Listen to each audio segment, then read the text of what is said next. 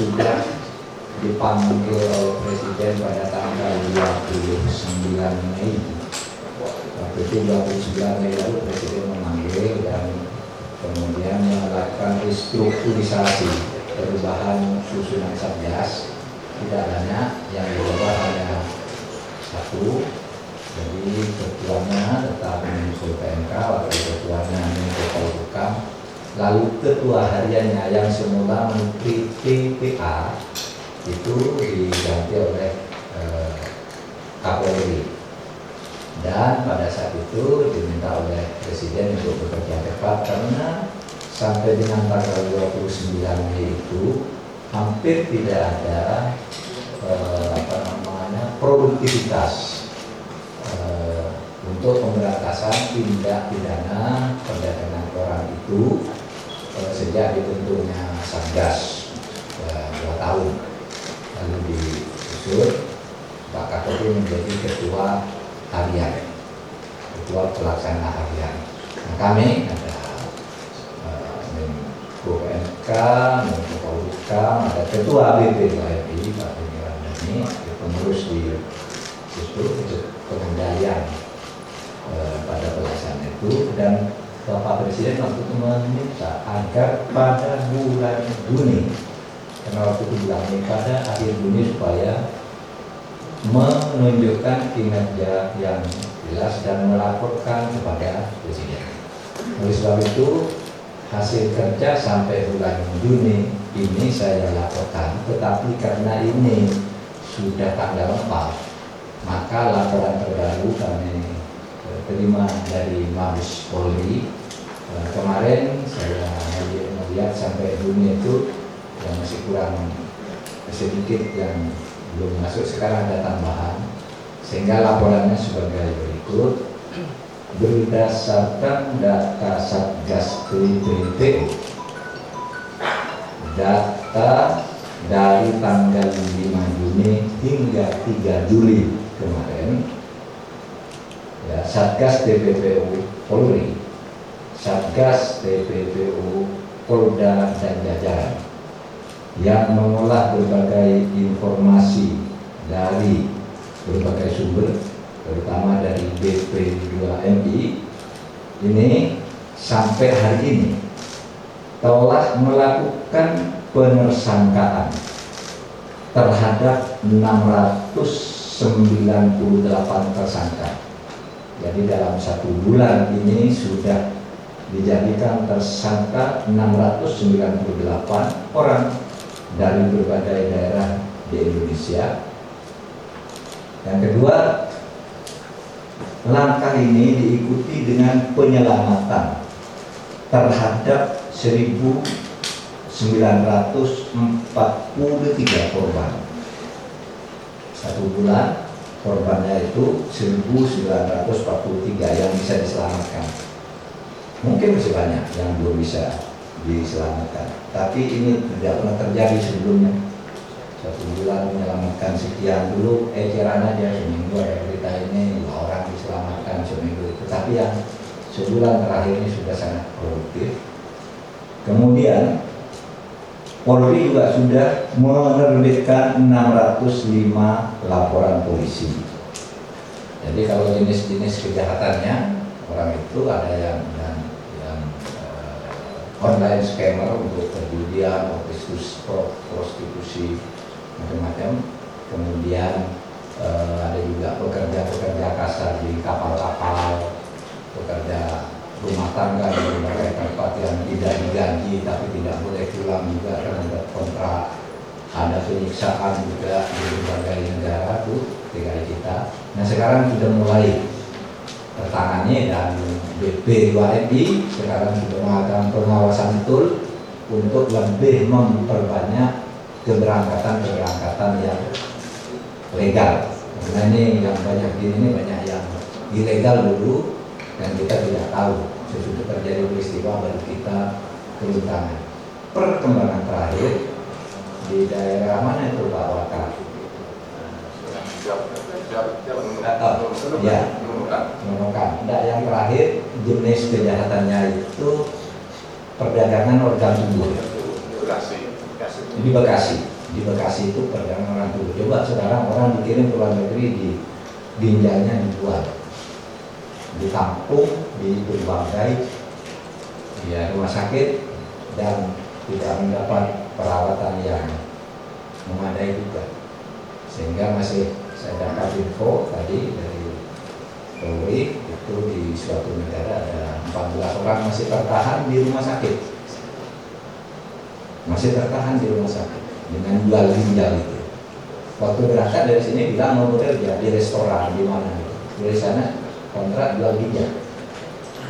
Nah, itu jenisnya. Tetapi ini sangat produktif. 698 tersangka, 1942 korban. Kemudian siapa mereka ini? Pekerja migran Indonesia ada 65,5%. Pekerja seks komersial nih 26,5%. Kemudian 6,6% adalah untuk eksploitasi anak dan 1,4% kerja sebagai ABK, anak buah kapal. Nah, jenis-jenis ini sekarang tambah perdagangan organ tubuh yang harus kita kejar terus-menerus. Saya mengucapkan apresiasi kepada Mabes Polri yang begitu cepat, dan Pak Polri ini pujian-pujian dari berbagai daerah, dari bupati juga banyak masuk ke hebat sekarang Polri cepat, banyak yang diselamatkan, banyak yang ditangkap. Saya datang ke berbagai daerah mendapat laporan itu. Pur BP2MI juga sudah bekerja dengan sangat baik sekarang ini. Tinggal koordinasinya antara BNI, Polri dan kita semua ini. Nah, itu soal penindakan hukum. Nah, soal-soal lain yang sifatnya kebijakan, nanti saya minta Pak Muhajir selaku Ketua Satgas untuk menyampaikan di sini. Kemudian sesudah itu Pak Denny Ramdhani dari sudut kebijakan ketenagakerjaan, ketenagakerjaan, nanti Bu Ida Husaini ke pekerja migran Indonesia. Saya silakan Pak Muhajir. Terima kasih Prof. Mahfud Menko Polhukam.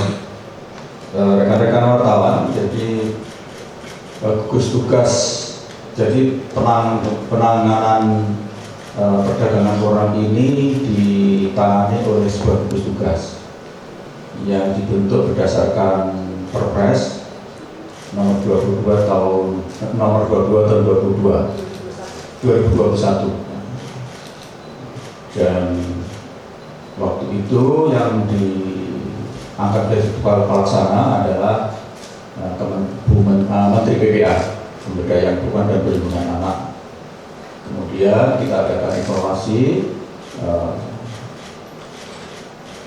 kelihatannya atau ternyata gugus tugas itu memang harus direvisi, terutama dari sisi kepala pelaksana, karena memang sebetulnya masalah tindak pidana perdagangan orang ini bobot masalahnya itu lebih ke penegakan hukum dan pidana. Sementara kalau itu ditangani oleh Menteri PPA, itu sudah berkaitan dengan pencegahan dan penanganan pasca kasus, dan terutama lebih lagi itu kalau menyangkut perempuan. Padahal perdagangan orang ini ternyata juga banyak yang laki-laki yang jadi korban, sehingga memang kita evaluasi gugus tugas itu kurang tepat. Karena itu kemarin usulan dari kami sudah dirapatkan secara internal di Bapak Presiden, dan diputuskan bahwa untuk saat ketua pelaksana ini dialihkan dari Menteri PPA ke Kapolri, dan bobot masalahnya lebih ditekankan pada aspek penegakan hukum, terutama dari sisi perkara pidananya. Kalau dari sisi masalah penanganan secara sosial itu melekat dengan program-program yang lain, terutama di Kementerian Sosial. Karena itu yang dilakukan selama ini memang pada aspek pencegahan, yaitu terutama mendata atau menengarai di mana saja yang menjadi sumber dari korban perdagangan orang ini, Dari situ kemudian kita lakukan intervensi pencegahan, terutama karena ini berbasis rata-rata karena masalah kemiskinan, maka kemudian kita tangani dari sisi pemberian bantuan-bantuan sosial. Kemudian dari sisi korban itu sama, kita tangani melekat dengan korban-korban PMI yang lain. Sementara program PMI itu tidak hanya terjadi mereka yang akibat dari perdagangan orang, tapi yang bukan perdagangan orang juga banyak sekali. Nah, tahun 2022 itu tercatat hampir 5.000 kasus pengaduan. Jadi basisnya pengaduan itu sekitar 4.800 sekian.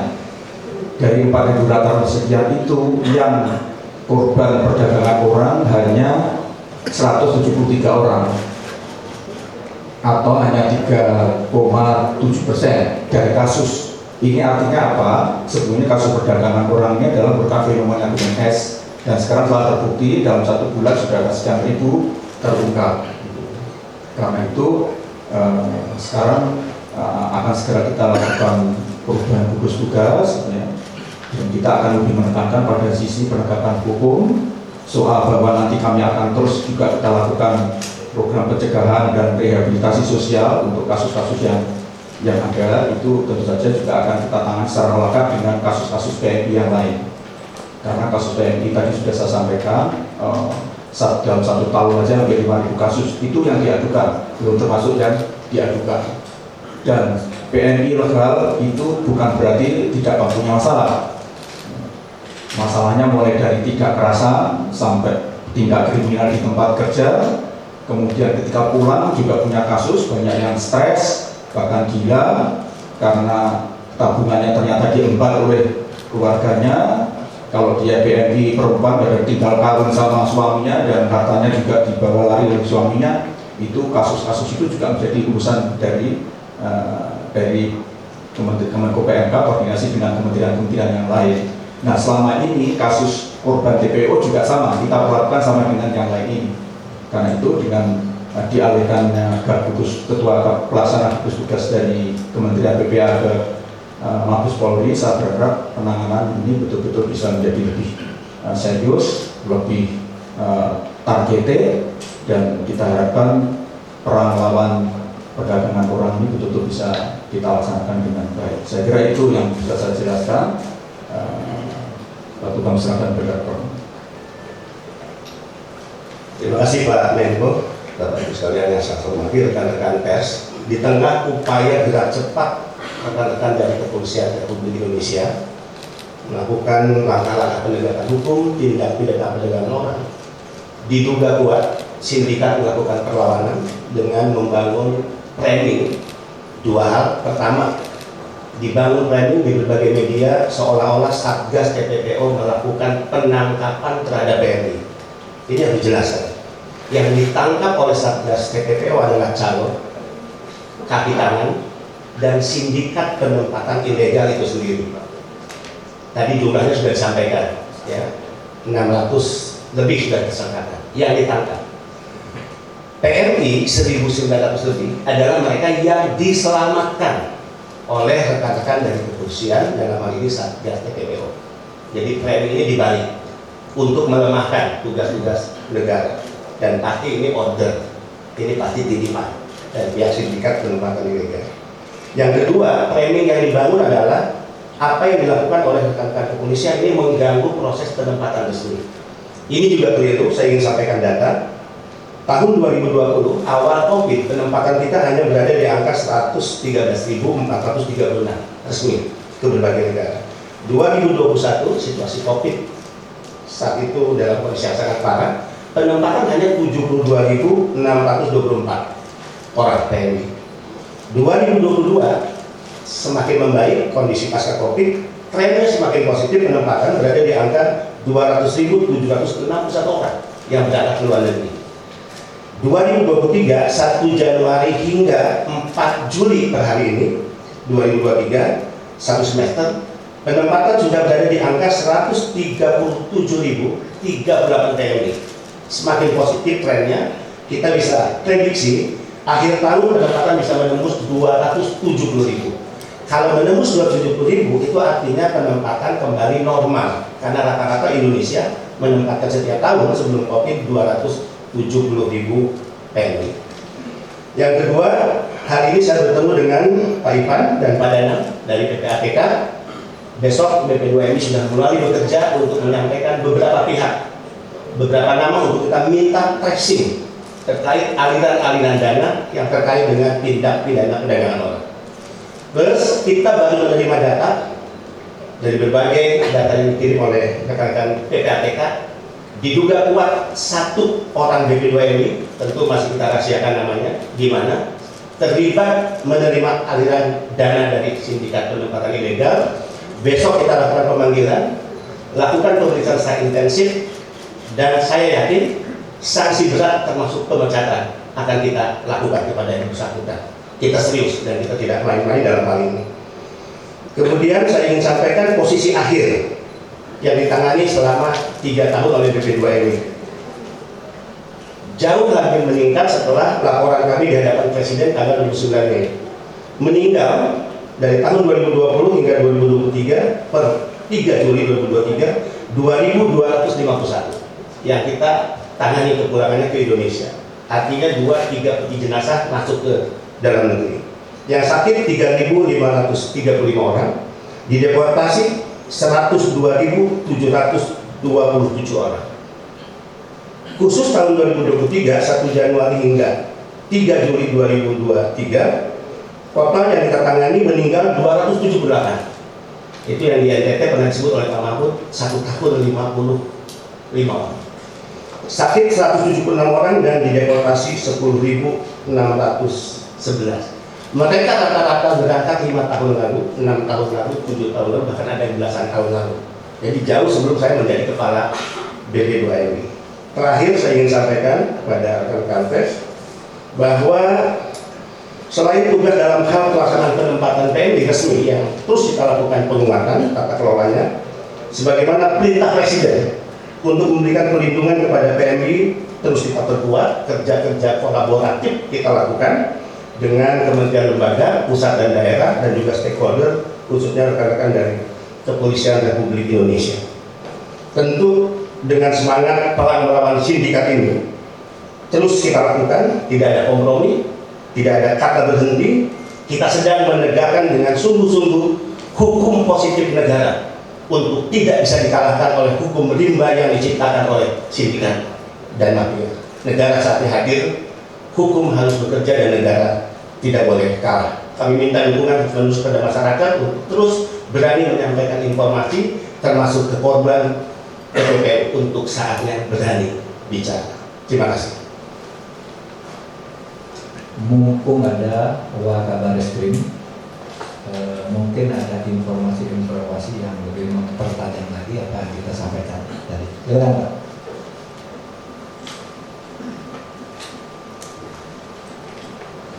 Terima kasih Bapak Menteri Polhukam, yang terhormat Pak Menteri Polhukam, Pak JPNK dan Bapak BP2MI, dan yang hadir sekalian, yang semangat dan wartawan.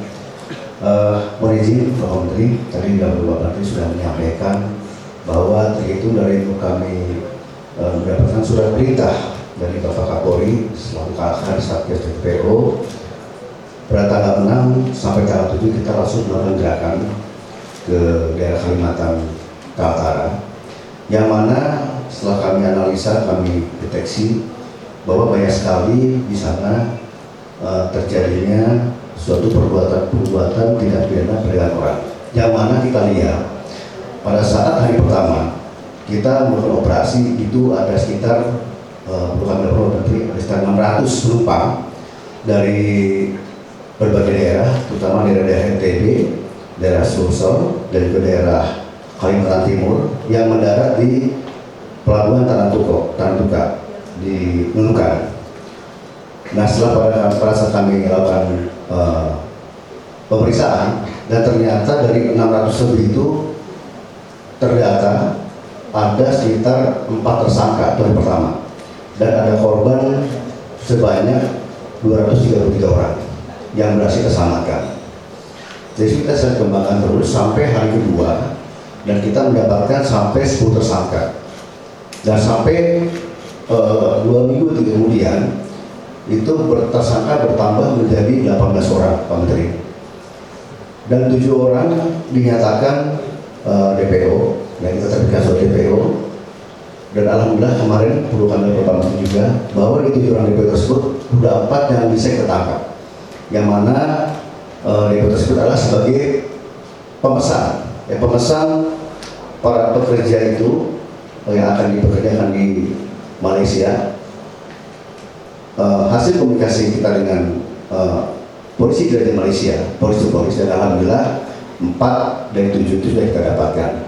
Dan rencana akan kita kembangkan, kita akan tarik sampai di mana dia melakukan perbuatan tersebut dan siapa-siapa saja yang terlibat. Ya. Karena sudah ada Bapak Kapolri, siapa yang terlibat dan ada Bapak Menko, siapa yang terlibat kita akan tegas. Yaitu. Dan juga ada beberapa hal yang kami sampaikan bahwa dari hasil pemeriksaan pengembangan penangkapan yang dilakukan, yang sampai saat ini sudah 698 yang tertangkap dan 1943 yang diselamatkan. Hal ini tidak kita berhenti, ya tidak berhenti, terus kita akan melakukan penangkapan pengejaran, ya kita akan tarik sampai ke atasnya, ya kita tidak akan berhenti. Bagaimanapun juga, sekarang Bapak Presiden, Bapak Menko, Bapak Kapolri, kita harus menyelamatkan warga negara kita yang bekerja di luar. Jangan sampai mereka jadi korban penipuan ataupun mereka diberi gaji besar sehingga mereka tidak terjamin hak keamanannya, hak sosialnya ataupun kesehatan di sana. Dan juga ada 4 hal yang saat ini akan dilakukan ke depan setelah melakukan pengembangan terhadap jaringan di seluruh Indonesia. Kami meningkatkan juga kerjasama dengan penegak hukum di luar negeri, di antaranya dengan polisi Malaysia, dan juga mungkin nanti dari DPD juga akan bekerja sama dengan polisi Myanmar, ya, kaitan dengan yang disampaikan oleh Pak Menko tadi, masalah juga organ tubuh. Dan juga kita akan melakukan kegiatan amplifikasi narasi kepada masyarakat terkait bahaya TPPO agar masyarakat paham, jangan sampai mereka menjadi korban kembali.